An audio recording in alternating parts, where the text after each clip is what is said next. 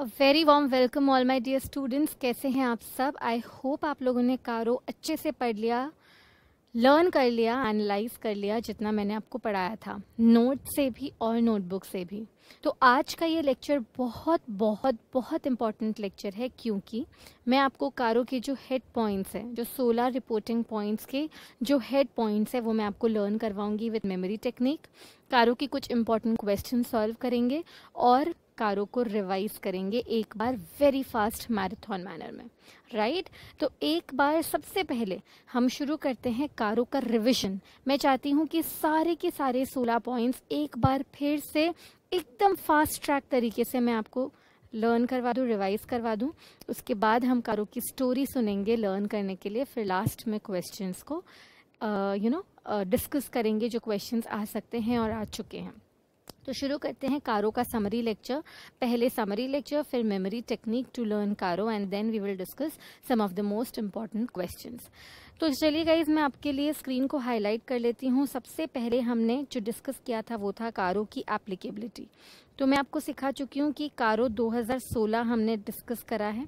हालांकि कारो 2020 हमारे कोर्स में नहीं आया है, बट यूं लॉन्च हो चुका है। MCA मतलब मिनिस्ट्री ऑफ कॉर्पोरेट अफेयर्स ने लॉन्च कर दिया है, बट हमें पढ़ने की ज़रूरत नहीं है, हमारे सिलेबस के लिए एप्लीकेबल नहीं हुआ है।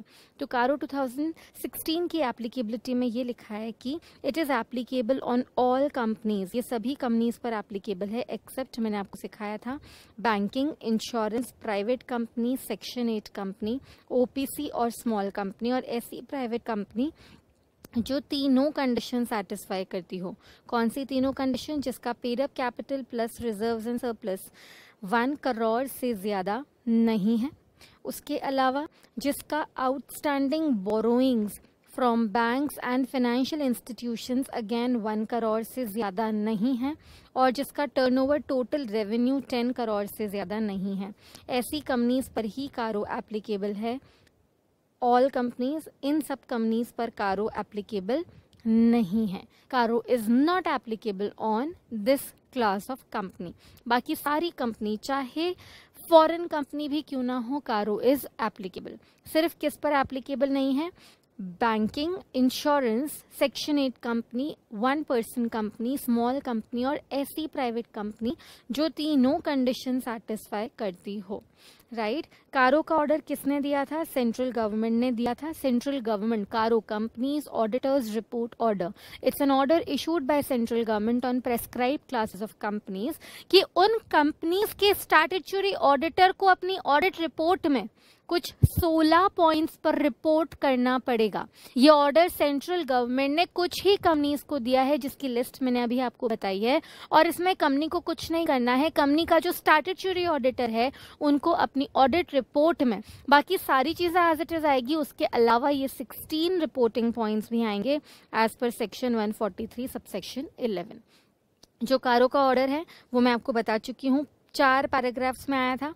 Para 1 which says applicability para 2 which says जिन जिन कंपनीज पर कारो एप्लीकेबल है उन कंपनीज को पैराग्राफ 3 के 16 रिपोर्टिंग पॉइंट्स पर कमेंट करना है। और पैरा 4 में लिखा है कि अगर 3 के किसी भी पॉइंट में क्वालिफिकेशन, रिजर्वेशन या एडवर्स रिमार्क आपने दिया है तो आपको क्या देना पड़ेगा? रीजंस देने पड़ेंगे। तो थर्ड पैरा है उसमें 16 पॉइंट्स हैं जिस पर रिपोर्टिंग करनी है। किसको? Statutory auditor of the company को। कहाँ पर? अपनी ऑडिट रिपोर्ट में। जवाब कैसा भी आया होगा, इस पॉजिटिव या नेगेटिव, आपको रिपोर्ट करना ही है। So this was all about the introduction of कारो, और फिर हमने पैराग्राफ 3 के जो 16 पॉइंट्स है उनको पढ़ना शुरू कर दिया था। तो सबसे पहले ये सिर्फ एक रिविजन लेक्चर है, ये मैं सारी चीज़ें डिटेल में 2-2, 3-3 बार आपके साथ डिस्कस कर चुकी हूँ मेरे मेन लेक्चर्स में।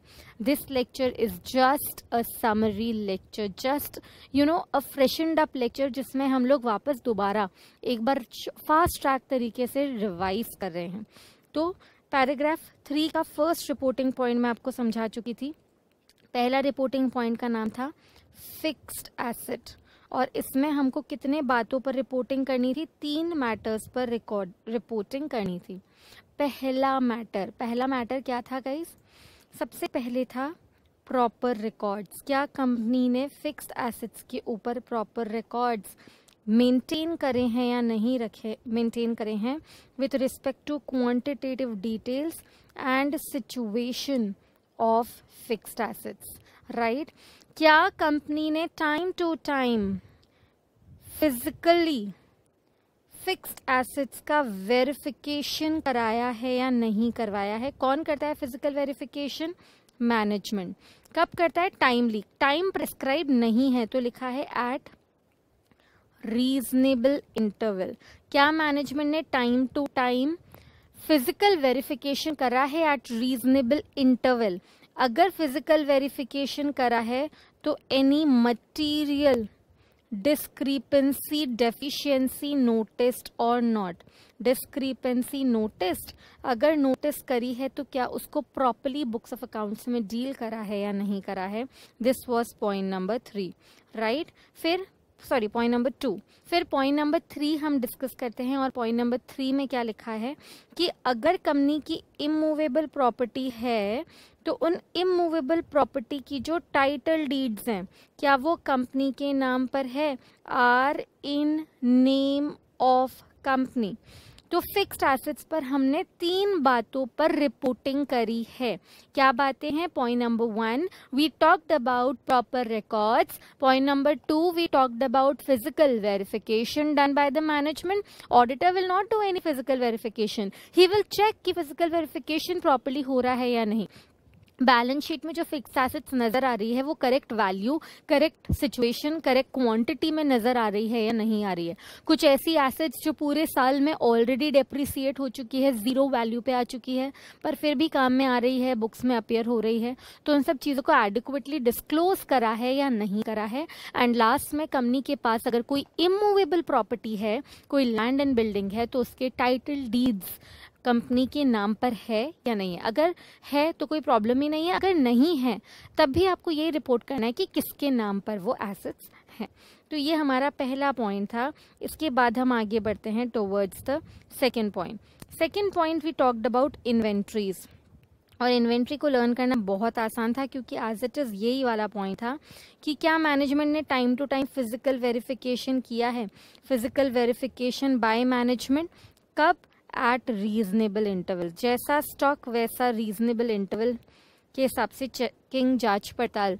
जो कंपनी जिस इन्वेंट्री को सेल परचेज कर रही है, रॉ मटेरियल WIP को, क्या मैनेजमेंट की नज़र में है कितना स्टॉक पड़ा है, कहाँ पर गो डाउन है, क्या इसमें कोई कमी आई है? Any material discrepancy noticed, any material, I will highlight the screen for you, any material discrepancy noticed, तो उसको क्या प्रॉपर्ली डील करा है बुक्स ऑफ अकाउंट्स में या नहीं करा है। तो यहाँ तक हो गया हमारा सेकेंड पॉइंट। सेकेंड पॉइंट बहुत ही सिंपल था, छोटी सी एक लाइन में कंप्लीट हो गया था। वैसे मुझे तो ओवरऑल कारो ही बहुत सिंपल लगता है, आपको कैसा लगा मुझे नहीं पता, बट एक बार आपको लॉजिकली सारी बातें समझ आ जाए then it's a simple concept. Then you have third point. Third point talked about loans to related parties. तो अगर कंपनी ने कोई भी लोन रिलेटेड पार्टी को दिया है, अगर कंपनी ने दिया है लोन गिवन, रिपोर्टिंग कब करनी है? जब गिवन है, किसको? To related parties. तो सबसे पहला पॉइंट, वेदर सेक्शन 189 में जो register of related party transaction बना है वो प्रॉपरली अपडेटेड है या नहीं है। Second point, the terms and conditions of such loan are prejudicial to the interest of the company. क्या कंपनी के न्याय के खिलाफ तो नहीं है? क्या receipts of principal and interest regular है या नहीं है? क्या टाइमली प्रिंसिपल और इंटरेस्ट मिल रहा है? और अगर नहीं मिल रहा है और ड्यू हो चुके, over due amount is more than 90 days से ज्यादा चीजें ड्यू हो चुकी है, तो कंपनी ने रिकवरी करने के लिए क्या क्या स्टेप्स उठाए हैं। आई होप मैं आपको अच्छे से रिवाइज करवा रही हूँ एक एक शब्द जो हम ऑलरेडी क्लास में बहुत डिटेल में डिस्कस कर चुके हैं। And this is the third point of CARO. And now if we discuss the fourth point of CARO, fourth investments securities. किसके साथ करी है कंपनी ने? With related parties. और पॉइंट सिर्फ ये है कि वेदर कंपनी ने कोई भी तरह का लोन, गारंटी, इन्वेस्टमेंट सिक्योरिटी आदान प्रदान किया है रिलेटेड पार्टीज से, तो वेदर सेक्शन 185, 186 कंप्लाइड विथ और नॉट, क्या ये कंप्लाई हुआ है या नहीं। 185 कहता है कि आप रिश्तेदारों के साथ लोन, गारंटी, इन्वेस्टमेंट सिक्योरिटी के ट्रांजैक्शंस कर ही नहीं सकते हो। लेकिन 186 कहता है कि अगर ये लिमिट्स के अंदर है, टर्म्स एंड कंडीशंस को कंप्लाई करते हुए हो रहा है, तो एक स्पेशल रेजोल्यूशन पास कर आप ये काम कर सकते हो। तो जो भी लिखा है सेक्शन में 185, 186 कंप्लाइड विथ और not, and this was show to सा point number 4. Then you had point number 5. Point number 5 talked about public deposits. It was an interesting point जिसमें हमने सीखा था कि क्या कंपनी ने अगर पब्लिक डिपॉजिट्स एक्सेप्ट किए हैं तो क्या सेक्शन 73 to 76 कंप्लाई किया है या नहीं, आरबीआई के डायरेक्टिव्स कंप्लाई करे हैं या नहीं, उसके अलावा जो रूल्स रेगुलेशंस है वो कंप्लाई करे हैं या नहीं। अगर करे हैं तो ओके, अगर नहीं करे हैं तो what is the nature of contravention. What is the nature of contravention, क्या कोई पेनल्टी इम्पोज हुई है, क्या कोई पनिशमेंट इम्पोज हुआ है, किसने किया गाइस पेनल्टी पनिशमेंट इम्पोज। तो इधर देखिए, अगर सेक्शन तोड़ोगे तो बाय एनसीएलटी, अगर आरबीआई डायरेक्टिव्स तोड़ोगे तो बाय आरबीआई, अगर रूल्स रेगुलेशंस तोड़ोगे तो बाय कोर्ट। कोई पेनल्टी एंड पनिशमेंट इम्पोज हुए या नहीं हुए, वो आपने प्रॉपर तरीके से कंप्लाई करे या नहीं करे। तो this was a reporting point on public deposits, and then we moved on with the next point which was very छोटा सा पॉइंट, और वो छोटा सा पॉइंट था ऑन कॉस्ट रिकॉर्ड्स। अगर सेंट्रल गवर्नमेंट ने, if central government had ordered, क्या ऑर्डर किया था, had ordered maintenance of cost records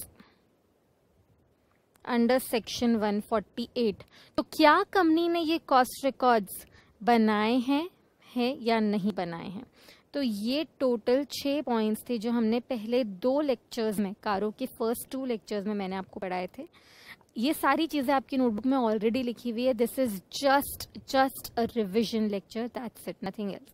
सो 16 में से 6 पॉइंट्स मैं डिस्कस कर चुकी हूँ। अब आगे बढ़ते हैं towards the 7th reporting point, and 7th reporting point talked about, याद आ रहा है क्या, स्टैट्यूटरी ड्यूज, जिसमें हमें 2 बातों पर रिपोर्टिंग करनी थी। स्टैट्यूटरी ड्यूज में 2 एस्पेक्ट्स पर रिपोर्टिंग करनी थी कि क्या स्टैट्यूटरी ड्यूज अनडिस्प्यूटेड है या डिस्प्यूटेड स्टैट्यूटरी ड्यूज है, कोई झगड़ा चल रहा है जमा कराने में। अगर डिस्प्यूटेड है तो आपको अमाउंट ऑफ डिस्प्यूट लिखना है और कौन से कोर्ट में झगड़ा चल रहा है, कौन से फोरम में झगड़ा चल रहा है, इस बात पर रिपोर्टिंग करनी थी। अगर स्टैट्यूटरी ड्यूज अनडिस्प्यूटेड है तो सबसे पहले क्या कंपनी रेगुलरली जमा करवा रही है, whether company is regularly depositing statutory dues, क्या कंपनी ने रेगुलरली स्टैट्यूटरी ड्यूज को जमा करवाया, हाँ या ना। अगर जमा करवाया तो ओके, अगर ना तो ऐसे स्टैट्यूटरी ड्यूज पर रिपोर्ट करो which are due as on 31st March and जिनको ड्यू हो चुके 6 months have been elapsed as on 31st March, due हो चुके 6 महीने से ज्यादा हो गए हैं और 31 मार्च के दिन भी ड्यू पड़े हैं, ऐसे स्टैट्यूटरी ड्यूज पर आपको क्या करनी है गाइस, इस पॉइंट में रिपोर्टिंग करनी है। So this was your 7th reporting point जो हमने डिस्कस करा है स्टैट्यूटरी ड्यूज के ऊपर। Then we talked about your 8th reporting point, 8वां रिपोर्टिंग पॉइंट, और वो तो बहुत सिंपल था, क्या कंपनी ने कोई डिफॉल्ट किया है इन रीपेमेंट। डिफॉल्ट इन रीपेमेंट किसको, 4 जनों को, 1 2 3 4, किसी बैंक को, किसी फाइनेंशियल इंस्टीट्यूशन को, कोई गवर्नमेंट डेप्ट्स के अंदर, या डिबेंचर होल्डर्स को। तो हमें क्या कमेंट करना है, we have to report the amount of default and the period of default, हमें रिपोर्ट करना है। फिर आगे बढ़े थे, we move towards the 9th point in which we had talked about IPO, FPO and term loans. क्या company ने पूरे साल में कोई भी टर्म लोन्स या आईपीओ एफपीओ से पैसा इकट्ठा किया? या पूरे साल में कंपनी ने कोई भी शेयर्स या डिबेंचर्स इशू करे जिससे पैसा आया? या कंपनी ने कोई टर्म लोन लिया है तो क्या वो पैसा उसी मकसद से यूटिलाइज हुआ है जिस मकसद से लिया गया था? तो we had to report upon, simple एक ही लाइन में बता सकती हूँ मैं, and use of money. And use of money पर हमको रिपोर्ट करना है कि जिस पर्पस से लोन लिया था उसी पर्पस से अप्लाई किया या नहीं किया। कोई डीले तो नहीं था, कोई डिफॉल्ट, अगर डिफॉल्ट किया एक बार तो कहीं और यूज़ कर लिया लेकिन बाद में सोचा कि नहीं हम सही जगह यूज़ कर लेते हैं, तो एनी सब्सिक्वेंट रेक्टिफिकेशन, इन चीज़ों पर भी रिपोर्ट करना है। And then you had the 10th reporting point of CARO which was your fraud reporting.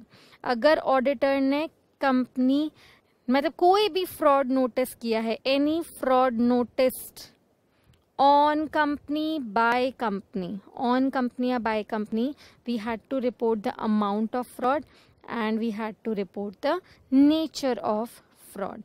So these were the 16 में से 10 reporting points. Now we are left with 6 more reporting points. देखिए कारो अगर लर्न होना तो कितना इजीली और जल्दी जल्दी रिवाइज हो जाता है।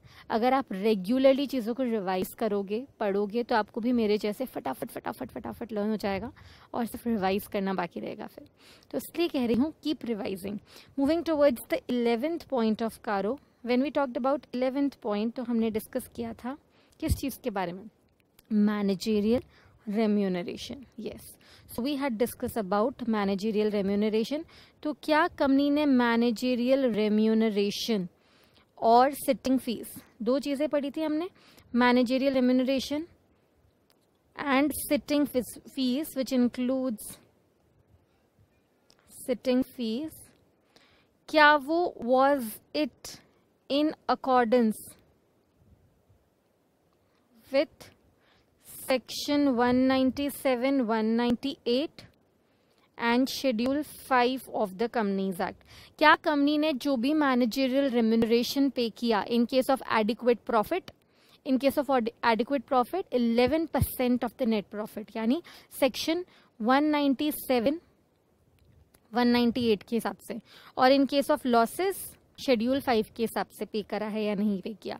तो ज्यादा तो पे नहीं कर दिया। अगर ये फॉलो किया है तब तो ओके, अगर ये फॉलो नहीं किया है तो रिफंड के लिए, रिकवरी के लिए, एक्सेस पेड की रिकवरी के लिए क्या स्टेप्स उठाए गए थे?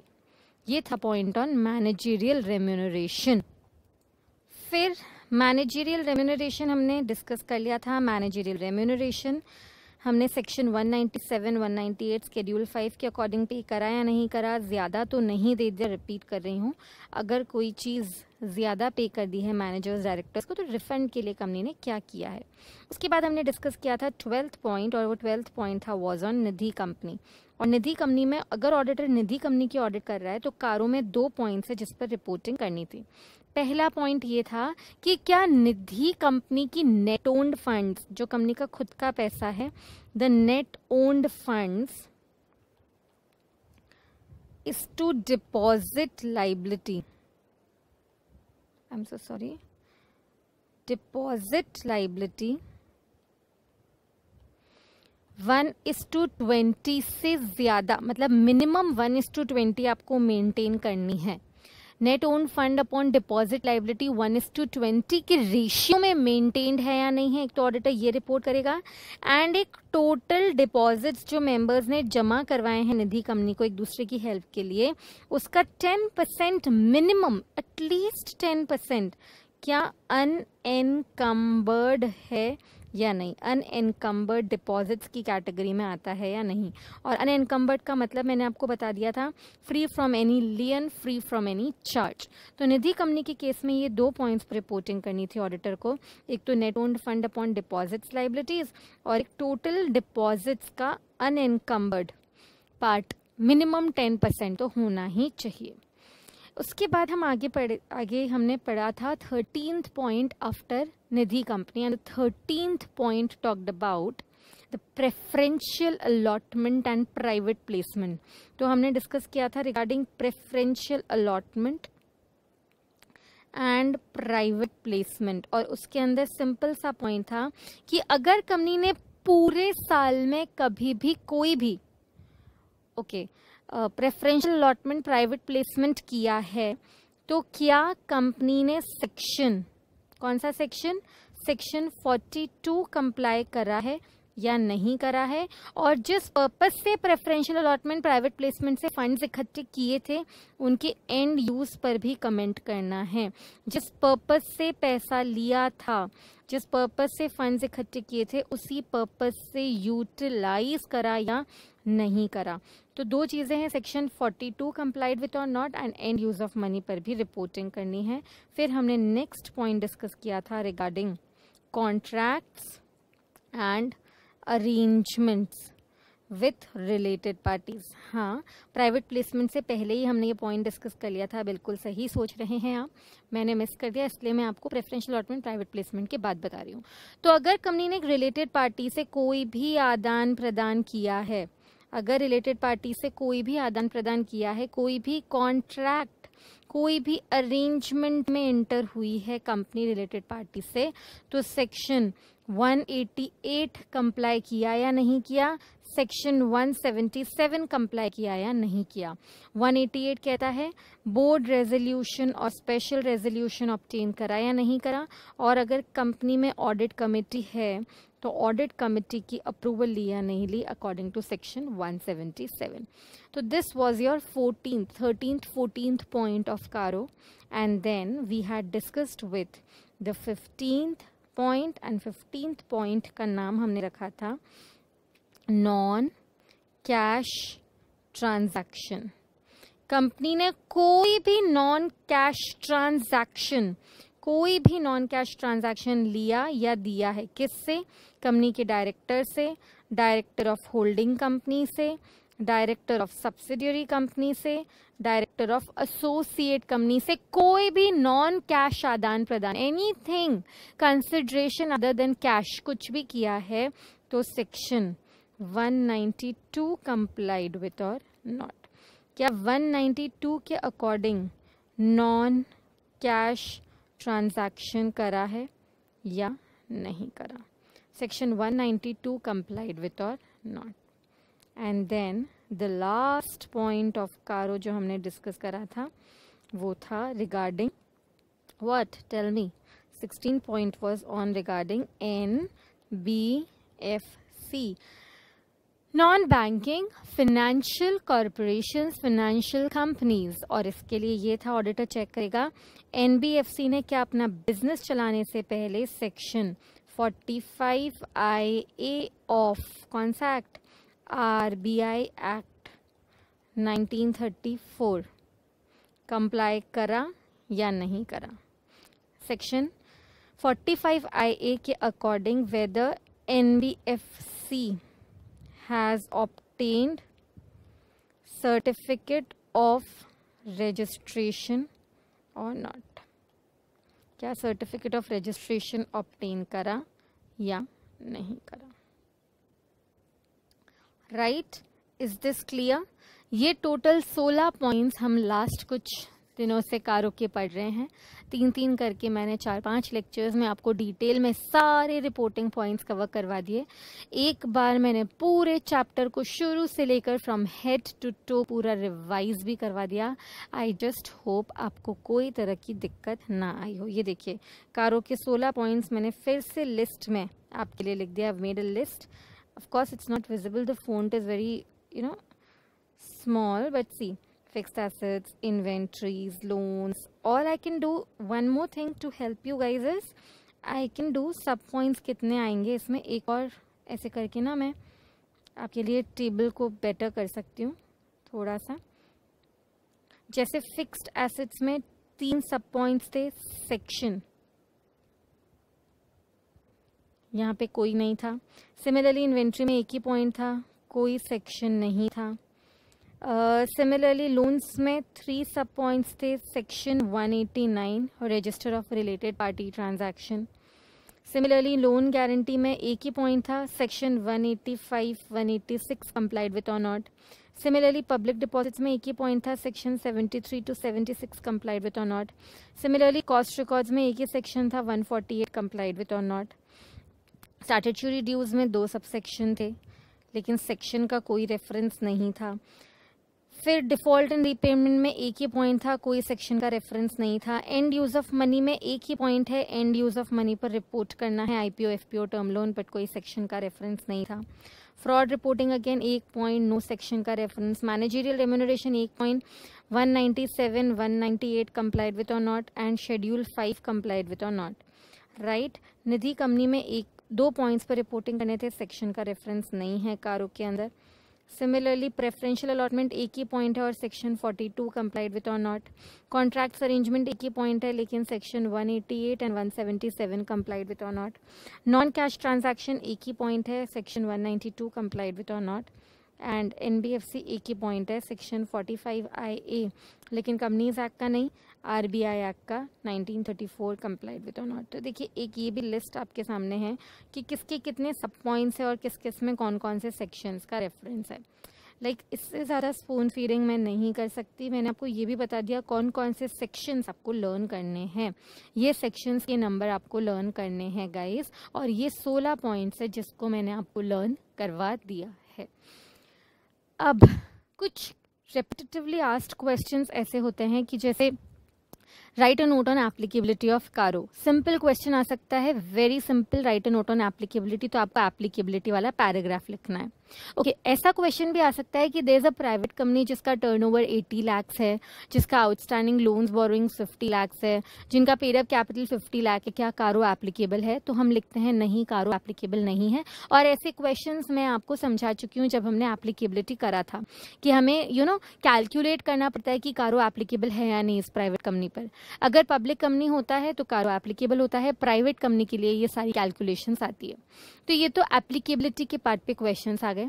उसके अलावा एग्जाम में नॉर्मल क्वेश्चन आ सकता है, किसी भी 4 पॉइंट पर कारो रिपोर्टिंग करो, कोई भी 4 पॉइंट्स पर.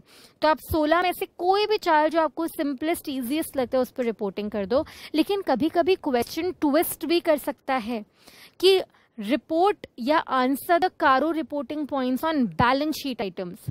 ऐसे आइटम्स जो बैलेंस शीट में नजर आ रहे हैं उनके ऊपर कारो रिपोर्टिंग करो. तो बैलेंस शीट में फिक्स्ड एसेट्स नजर आ रही है, उनके कारो के तीनों पॉइंट्स लिखने पड़ेंगे. इन्वेंट्रीज नजर आ रही है, वो भी लिखने पड़ेंगे. लोन्स नजर आएंगे तो वो भी लिखने पड़ेंगे. तो ऐसा ट्विस्ट क्वेश्चन भी आ सकता है. व्हाट आर द कारो reporting points on related party requirement. अगर ऐसा क्वेश्चन आता है तो कि कारो के पॉइंट्स लिखो, कारो रिक्वायरमेंट्स, ऐसा क्वेश्चन बन सकता है ऑन रिलेटेड पार्टी ट्रांजैक्शन. तो गाइज पहले 3rd point, loan given to related party, loans to related party. फिर उसके बाद 4th पॉइंट कौन सा, 185, 186 कंप्लाइड विथ और नॉट. उसके अलावा तुम्हारा वो point 13th point, contracts and arrangements with related parties, 188, 177 complied with और नॉट. और तुम्हारा 15th point, non cash transactions हमने डायरेक्टर से किया, डायरेक्टर कंपनी के रिलेटेड पार्टी की कैटेगरी में ही है, तो 192 कंप्लाइड विथ और नॉट. तो ना रिलेटेड पार्टी में ही ये देखो 4 कैटेगरीज बन गई. क्वेश्चन आ सकता है कारो रिक्वायरमेंट्स ऑन. नेक्स्ट क्वेश्चन ऐसा भी बन सकता है कि कारो रिक्वायरमेंट्स लिखो on and use of money. कहाँ पर? एंड यूज ऑफ मनी पर रिपोर्ट करना है. तो उसके 2 पॉइंट्स है एंड यूज ऑफ मनी. एक तो प्रेफरेंशियल अलॉटमेंट प्राइवेट प्लेसमेंट पे कमेंट करना था, एक कंपनी ने आईपीओ एफपीओ टर्म लोन्स लिया तो उधर भी हमें रिपोर्ट करना था on and use of money कि पैसा जिस मकसद से लिया है उसी मकसद पे खर्च हो रहा है या नहीं हो रहा है. तो ऐसे करके क्वेश्चंस बन सकते हैं. CARO is usually easy to answer, difficult to learn. लेकिन आप मेरे साथ साथ अच्छे से एक एक पॉइंट रिवाइज कर लोगे तो मुझे नहीं लगता कारो आपको टफ लगेगा. It's easiest. और ना आंसर भी लिखना बहुत आसान है कारो का. आपको जो मेन हेड पॉइंट्स है वही तो लर्न करके लिखना है. It's the most scorable topic of the syllabus. अगर इसमें से क्वेश्चन बन जाता है और अगर आपको अच्छे से आता है तो फिर दुनिया की कोई ताकत नहीं रोक सकती आपको मार्क्स अचीव करने में, राइट. तो ये हो गया हमारा समरी. क्वेश्चंस के फॉर्मेट आपसे डिस्कस कर लिए. एमसीक्यू क्वेश्चन भी पूछे जा सकते हैं. CARO is applicable on what categories of company, तो उसमें ऑल कंपनीज आपको टिक करना है. ऐसे ना एमसीक्यू पैटर्न्स भी आ सकते हैं. जैसे फिक्स्ड एसेट्स के रिपोर्टिंग पॉइंट में do we have to report on quality? No, we have to report on quantity and situation. ऐसे ना ट्रू एंड फॉल्स के क्वेश्चंस भी कारो में से बन सकते हैं। So this was the discussion on CARO questions and answers जो पूछे जा सकते हैं। अब लास्ट में before we end up with this CARO topic, हमारा ये चैप्टर कंप्लीट हो उससे पहले मैं एक छोटी सी कोशिश करती हूँ कि आपको ये सारे पॉइंट्स में लर्न करवा दूँ एक स्टोरी के थ्रू। एक स्टोरी सुनते हैं, बीच में आप प्लीज़ कुछ और काम ना करने लग जाएं। आप ये स्टोरी 5 to 10 मिनट्स की है मैक्सिमम, और मेरी पूरी कोशिश रहेगी कि आपको बस इस स्टोरी के ज़रिए ही मैं कारो के 16 के 16 पॉइंट्स ऑन फिंगर टिप्स आपको याद हो जाए। जो मेन हेड पॉइंट्स है वो तो आपको पक्का पक्का लर्न हो जाएंगे। तो प्लीज़ आप अच्छे से ये स्टोरी सुनिएगा और कारो को मेरे साथ साथ लर्न करने की कोशिश करिएगा, राइट? तो कारो की मेमोरी टेक्निक में शुरू करती हूँ। Things to learn for memory technique. Memory technique to learn CARO. तो चलो शुरू करते हैं स्टोरी। मैं आपको बिल्कुल भी राजा रानी की कहानी नहीं सुना रही हूँ, मैं आपको कहानी सुना रही हूँ एक लड़के की जिसके फादर किसी गांव में सरपंच थे, राइट? मैं आपको लर्न करा रही हूँ पॉइंट्स। आप please 100% attention to my words, ठीक है? The objective, the crux is to make you learn all the 16 points. तो listen very very carefully and थोड़ा सा विश्वास के साथ, थोड़ी सीरियसनेस के साथ आप मुझे सुनिएगा। तो एक लड़का था, गांव में रहता था। उस गांव में उसके पापा सरपंच थे और पापा का बहुत बहुत अच्छा बिजनेस हुआ करता था गांव में। बहुत सारी फैक्ट्रीज में बहुत सारी इन्वेंट्रीज, स्टॉक, बहुत सारी बिल्डिंग्स, फिक्स्ड एसेट्स खूब सारी थी। तो उस लड़के के एक चाचा भी थे। चाचा हमेशा भाई से ईर्ष्या करते थे। वो हिंदी बॉलीवुड मूवीज़ में होता है ना, हमेशा चाचा की नज़र रहती थी भाई की प्रॉपर्टी पर कि इनके साथ सब अच्छा अच्छा कैसे हो रहा है, खूब सारी प्रॉपर्टीज़ हैं, तो मैं चाहता हूँ कि ये सारी प्रॉपर्टीज़ मैं अक्वायर कर लूँ। लेकिन अपने बड़े भाई को, अपने छोटे भाई पे बहुत भरोसा था, और अति हर चीज़ की ख़राब होती है। तो ये जो अति भरोसा करते थे बड़े भैया छोटे भैया पर, वो एक दिन गड़बड़ हो गया, क्योंकि छोटे भाई ने सारे डॉक्यूमेंट्स के बीच में पावर ऑफ अटॉर्नी रख दी और भैया ने उस पर बिना देखे साइन कर दिया। और अगले दिन पता चला, ऑफिस में गए तो बोला कि आप तो बाहर निकलो, इस पावर ऑफ अटॉर्नी के ज़रिए सारे डॉक्यूमेंट, सारी फिक्स्ड एसेट, सब चीज़ें मेरी हो गई, चाचा ने कहा उसके पापा को। तो इतना सब कुछ उसके साथ हुआ, और इन सब चीज़ों में वो सब देख रहा था, छोटा था, 10th क्लास में था, और वो सब देख रहा था कि किस तरीके से चाचा ने उसके पापा से सारी प्रॉपर्टीज़, बिजनेस अक्वायर कर लिया और एक बार उसको रोड पर लेकर आ गए। सारा घर, प्रॉपर्टी, घर बार सब अक्वायर कर लिया। पॉइंट्स अब शुरू होंगे हाँ कारों के।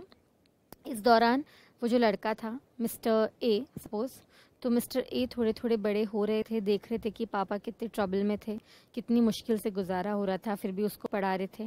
तो उसने भी डिसाइड कर लिया कि पापा मैं सीए करूँगा, लेकिन मैं गांव से जोधपुर जाऊँगा, जोधपुर में पढ़ाई करके सीए करके आऊँगा। आपको तो पता ही है Jodhpur is very famous for CEOs, maximum result Jodhpur से ही होता है सीए का। तो उसने भी बोला कि मुझे आप जोधपुर भेजो। पैसे तो है नहीं पापा के पास, लेकिन बच्चों के अरमानों की वजह से तो भेजना ही पड़ेगा। उसने अपने पापा को कहा कि मुझे आपसे कोई हेल्प नहीं चाहिए, मैं अपने बल पर पढ़ूंगा, अपने दम से पढ़ूंगा, और ज़रूर आकर आपकी सारी जो दिक्कतें हैं उनको सॉल्व करूंगा। आप मुझे बस पढ़ने के लिए भेज तो जोधपुर, मैं सीए करके दोबारा लौटूंगा और सब चीज़ें सही कर दूंगा।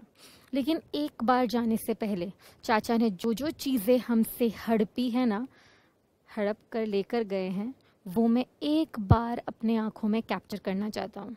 एक बार मैं आँखों में भर लेना चाहता हूँ कि मुझे ये चीज़ें वापस चाचा से एक्वायर करनी है। तो पापा एक बार उसको विज़िट करवाने के लिए लेकर गए और उसको सारी फिक्स्ड एसेट्स और सारी इन्वेंट्रीज जो पापा के पास हुआ करती थी वो सब कुछ दिखाकर जोधपुर के लिए रवाना कर दिया।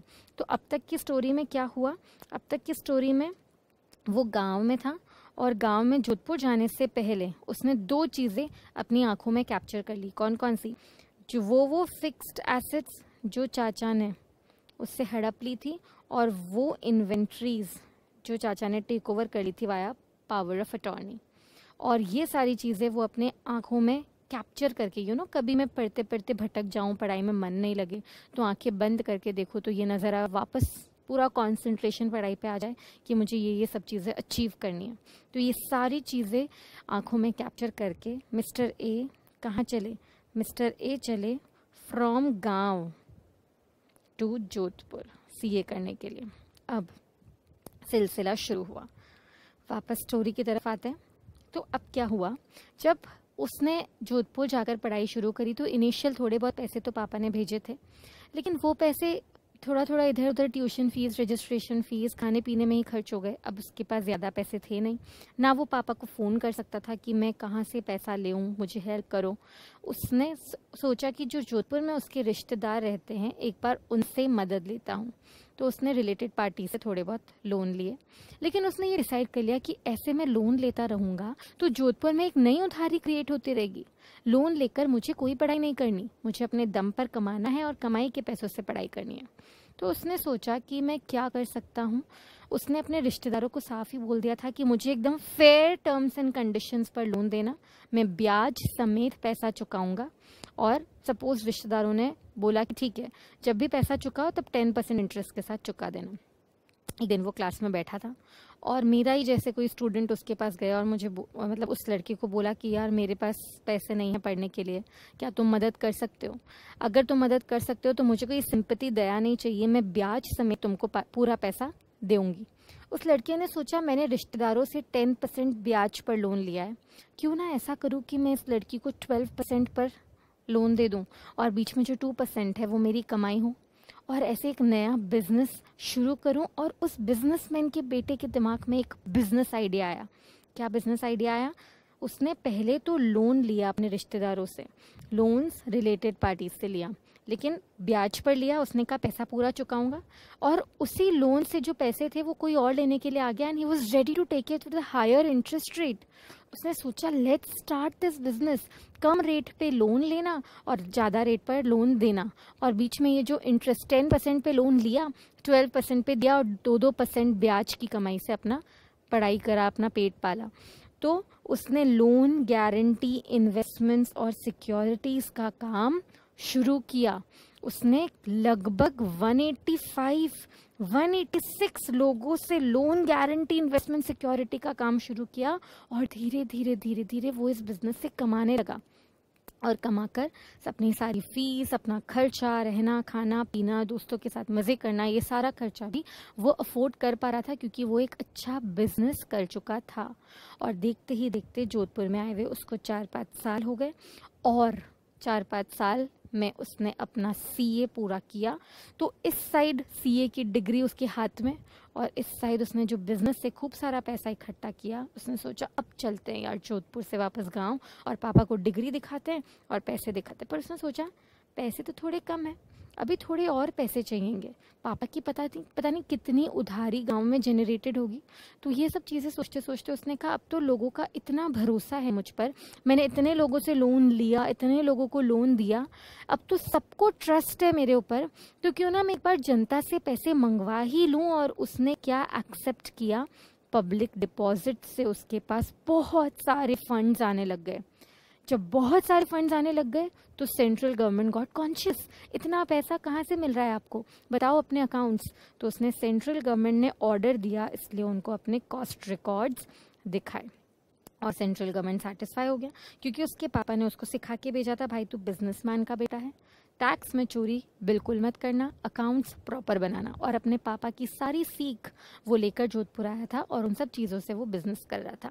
तो क्या हुआ है, उसने क्या किया, गांव में उसने फिक्स एसेट्स और इन्वेंट्रीज को अपने आंखों में कैप्चर कर कर वो चला जोधपुर की तरफ। वहाँ पर पढ़ाई करने के लिए गया, लेकिन पढ़ाई करने के लिए पैसा चाहिए। उसके दिमाग में, क्योंकि वो बिजनेसमैन का बेटा था, उसके दिमाग में बिजनेस आइडिया आया, लोन रिलेटेड पार्टीज से कम रेट में लेता और बाहर के पार्टीज को थोड़ा ज़्यादा इंटरेस्ट रेट में देता। तो उसने लोन, गारंटी, इन्वेस्टमेंट, सिक्योरिटी का काम शुरू किया। देखते ही देखते अच्छा बड़ा नाम कमा लिया और सीए भी कंप्लीट कर लिया।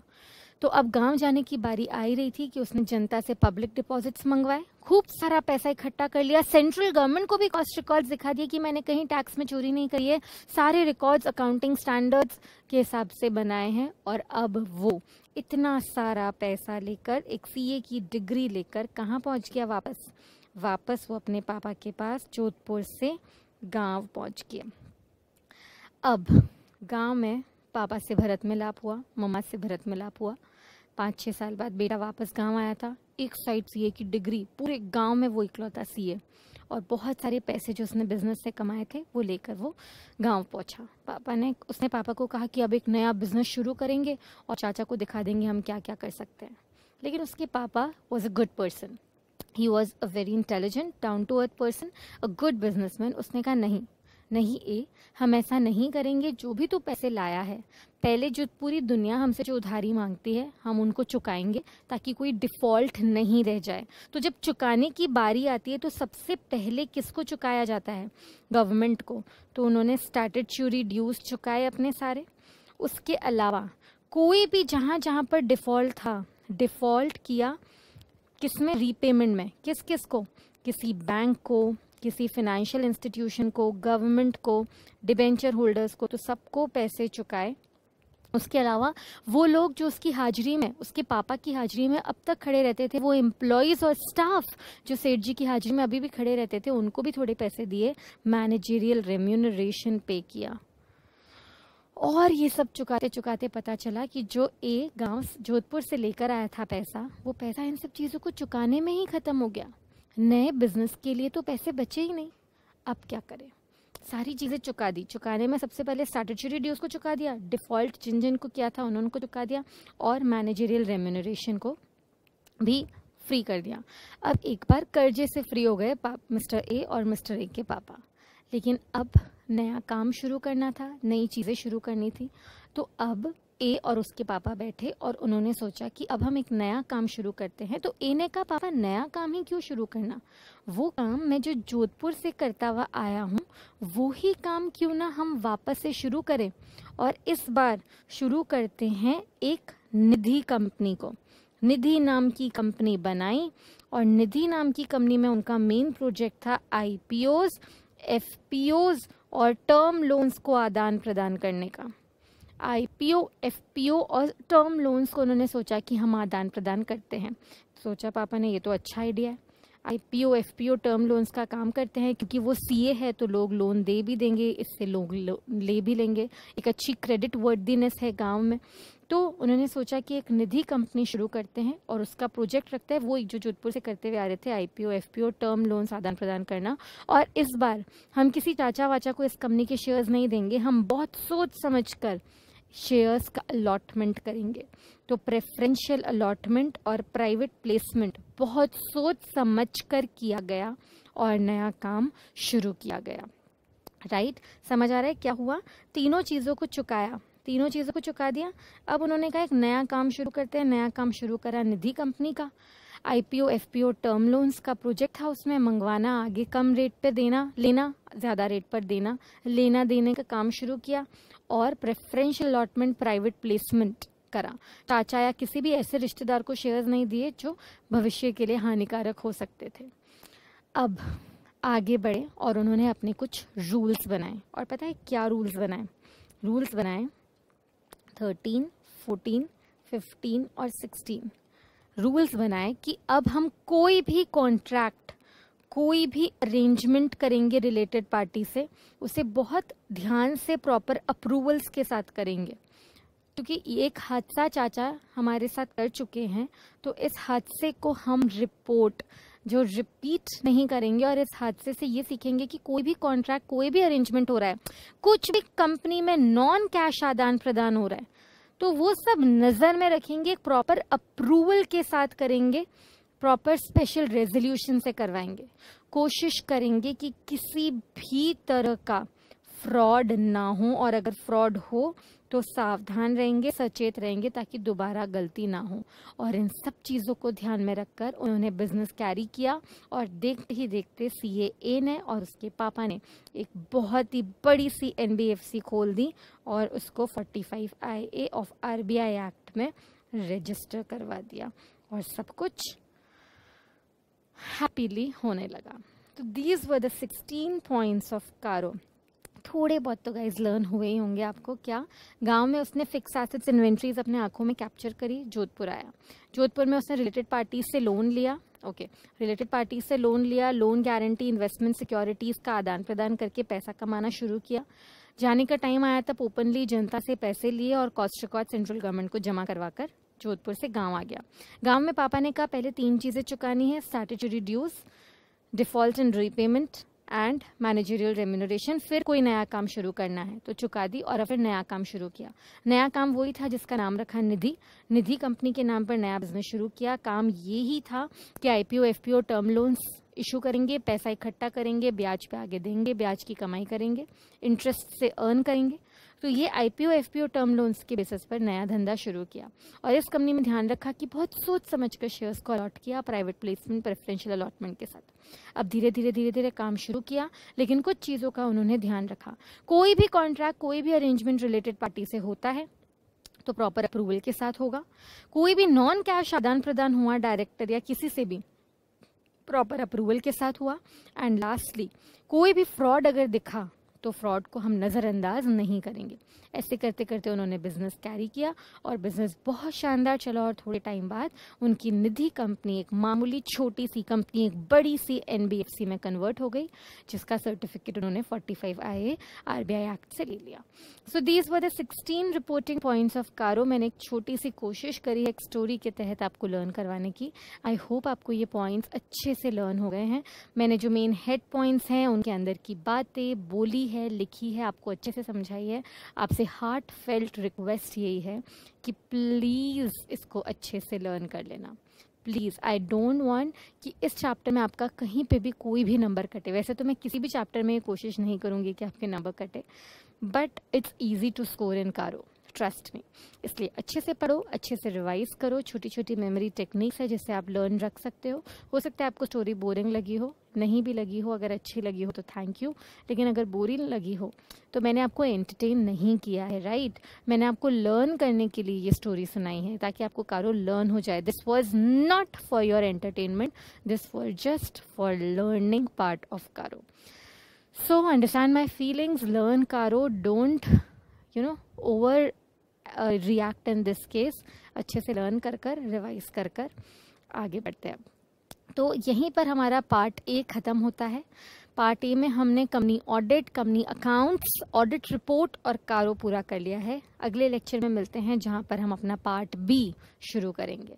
Till then take care, bye, good luck.